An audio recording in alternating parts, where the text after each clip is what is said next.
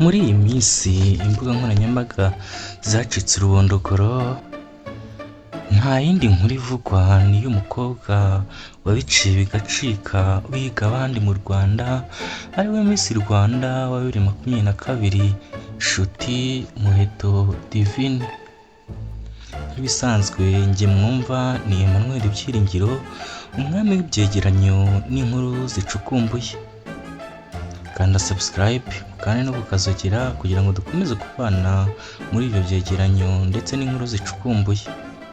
Ikaze.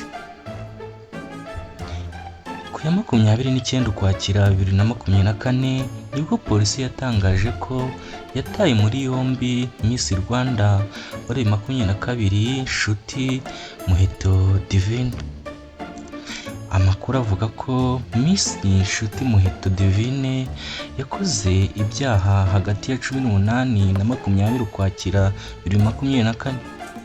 Uyu mukobwa akaba yarakoreye impanuka mu muhanda uva Kicukiro ugana Remera ahahoze Alpha Palace kuri sitasiyo ya Risasi.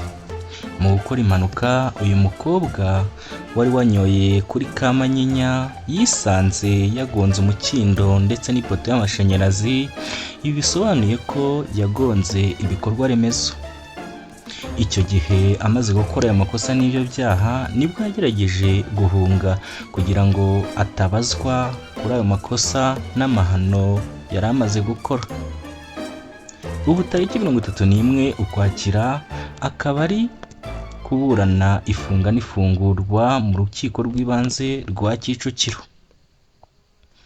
Uyu Nshuti Muheto Divine yabaye Miss Rwanda 2022 asimbuye Ingabire Grace wa 2021. Polisi y'u Rwanda kandi yatangaje ko atari ubwa mbere agwa muri ibi byaha.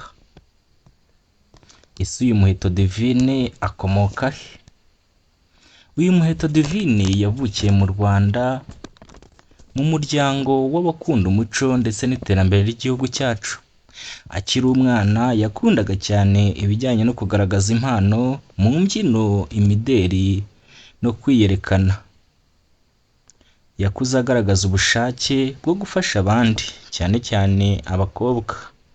Muheto yize amashuri abanza mu Rwanda ndetse n'ayisumbuye, akaba yari umuhanga kandi afite igikundiro mu bandi banyeshuri. Mu byo yigaga byose yabitsindaga neza kandi ku kigero cyo hejuru, nk'uko yabigaragaje mu irushanwa rya Miss Rwanda ryabaye mu mwaka wa 2022. Ndetse ubu ngubu akaba yaranize n'amashuri ya kaminuza akayakomeza. Jye mwumvaga nk'ibisanzwe ni Emmanuel Byiringiro, umwami w'ibyegeranyo n'inkuru zicukumbuye. Iyi ni Hope Lion TV.